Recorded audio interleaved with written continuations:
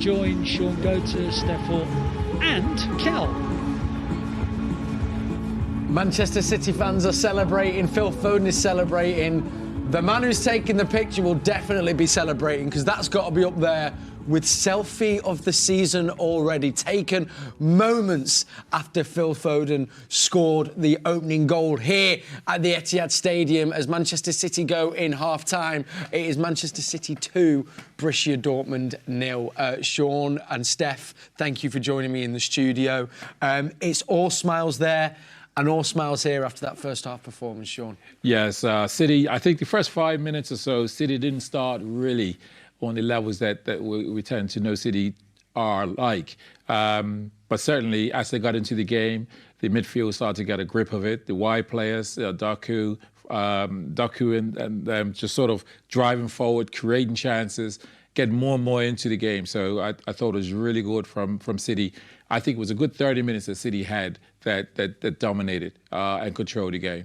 We dominated and controlled the game, and I think it is within that spell there, like you said, Shaun, where we just kind of almost took the game away from Dortmund in that first half. We're going to get into the goals in a second, but it felt all around the pitch that just Dortmund couldn't really get a handle on us. No, I think apart from that, maybe that first 10 minutes spell, I think we really upped the intensity, and I think the energy that we've brought in that first half, I think that's what's led us to be 2-0 up at this moment in time, and it could have been even more. And I think you can just see that the confidence is clicking. I think in terms of dominating with possession, I think even just from a physical point of view, Dortmund have really struggled with forward runners, and I think when you get the likes of Foden and Haaland in them positions, there's such high quality and there's such world-class players that it's so hard to stop. But it could have been more, and I think selfishly we probably would want more, but at the same time, you're going in a 2-0 half-time. It's a great result so far. Yeah, and the stats kind of back that up, Shaun. I think the one for me as well, obviously, being a little bit tight on possession, but the attempts on target. We've spoke about trying to find goals from other areas of the pitch, and obviously we've got 2 of them, but 11 attempts, 7 of them being on target. That's the quality Steph talking about, and that is what is going to ultimately mean goals if you keep on peppering the goal in that way. Well, yes, I mean, City be pleased with that, knowing that you're getting 7 that's actually on target from the 11. It's a good ratio. City probably normally create somewhere in the region of 12 to 14 chances a half. But these are good numbers because, again, getting these sort of numbers, the players will be very pleased with that. So, yeah, really good from City. The man there that we opened with, smiling away, Phil Foden. Steph, we were speaking about him before the game.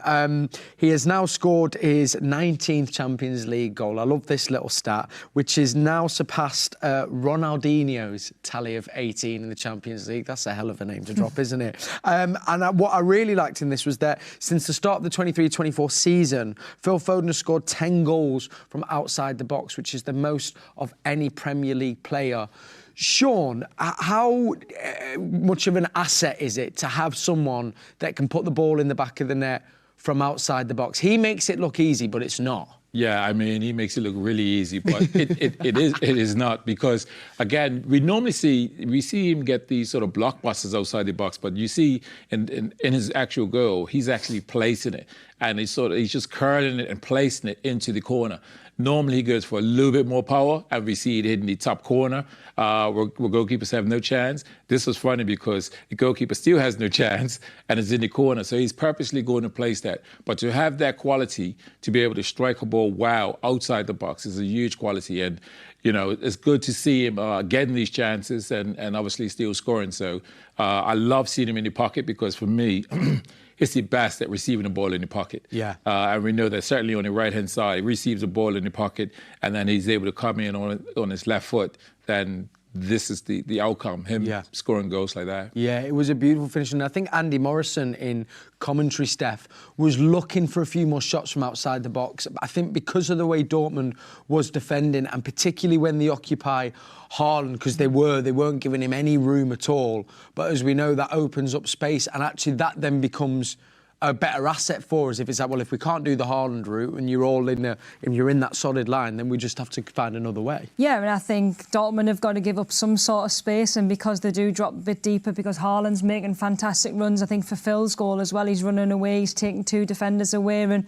Phil uses the defenders to put it in the corner, and I think it's a really clever finish. And I'll be interested to see in terms of all the goals that he scored outside the box if they're exactly in that position he receives the ball, because probably West Ham, the last game this season, 2 seasons ago, when he puts a top corner to win us the league. I think that's his favourite position, receiving on the half turn and in striker. But the work that HAALAND does to create that space for him, and I think that connection that them two are actually creating now, it proves difficult for Dortmund because you can't defend them both.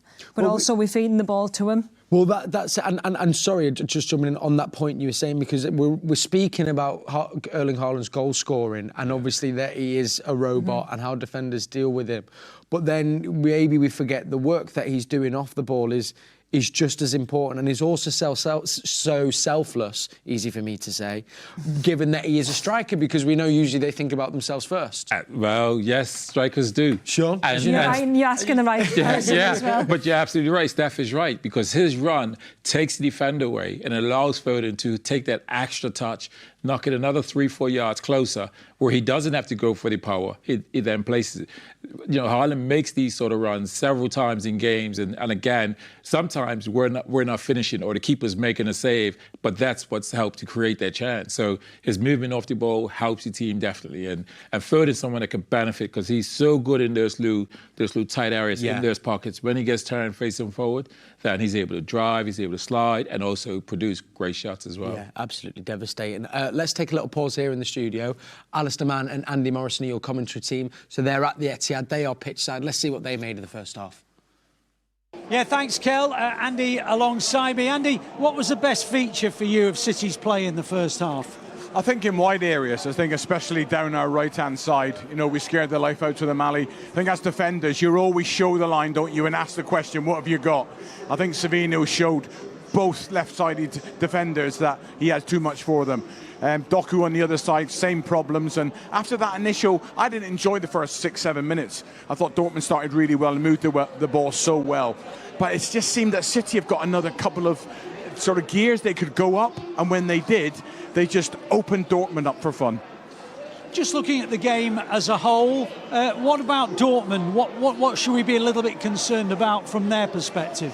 I think they've got energy in the team. I think there's pace. I think they're open.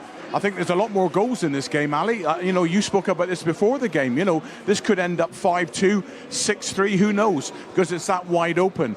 But there's definite threats there. And City have got to just keep their focus, keep the ball, and it's just the little turnovers in possession in the middle third is the only time we look slightly exposed. Apart from that, they haven't really caused us any problems.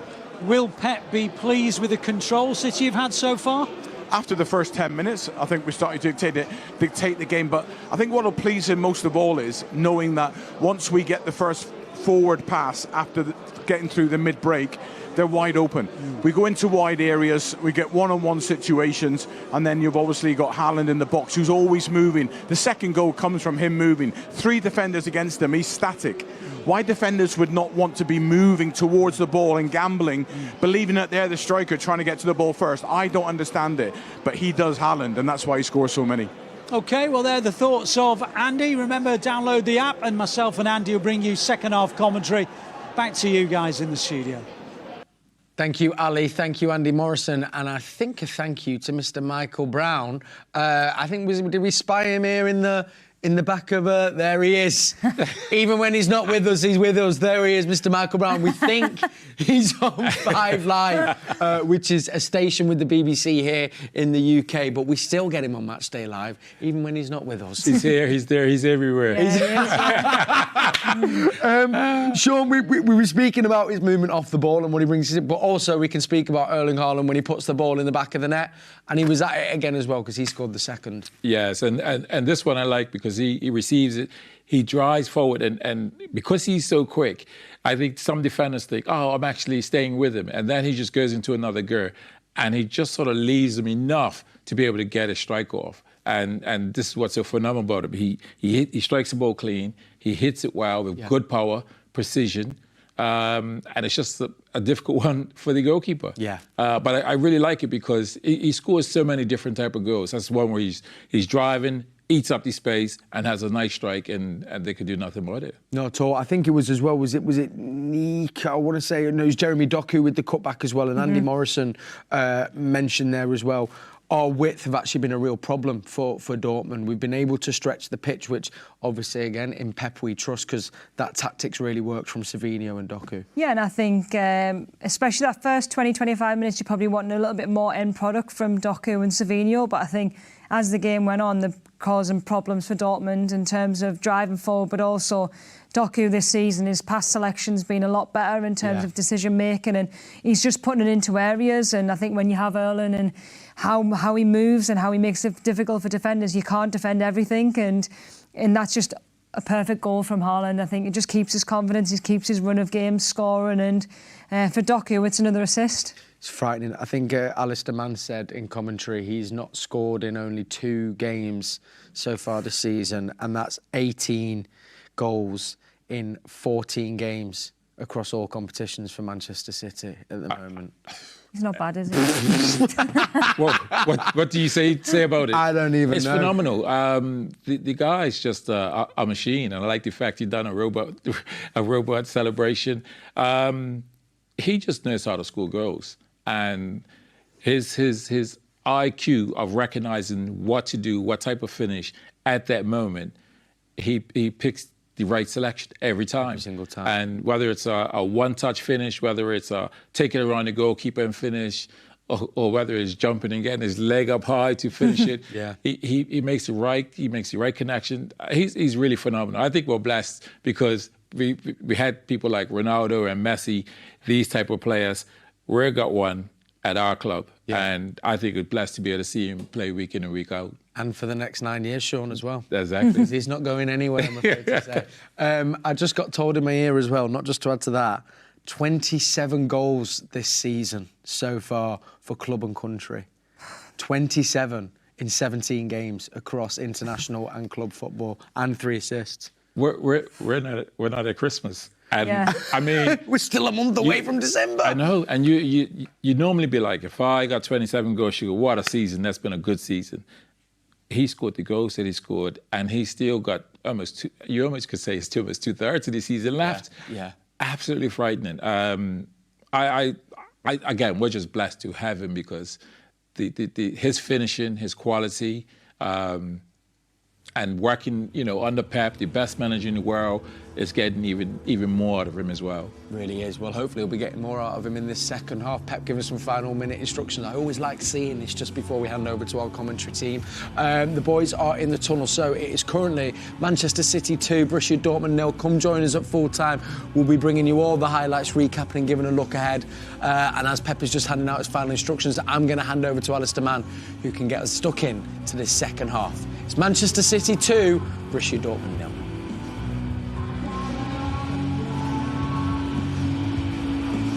Thank you, Kel. Borussia Dortmund are out for the second half. City are just milling around the tunnel at the moment. And the reality is that Borussia Dortmund will have to do something quite phenomenal if they're to avoid their first defeat of the league phase of the Champions League. City have been really good in that first half. They've had several chances, they've taken 2 of them. And you get the feeling that City are going to have a lot more chances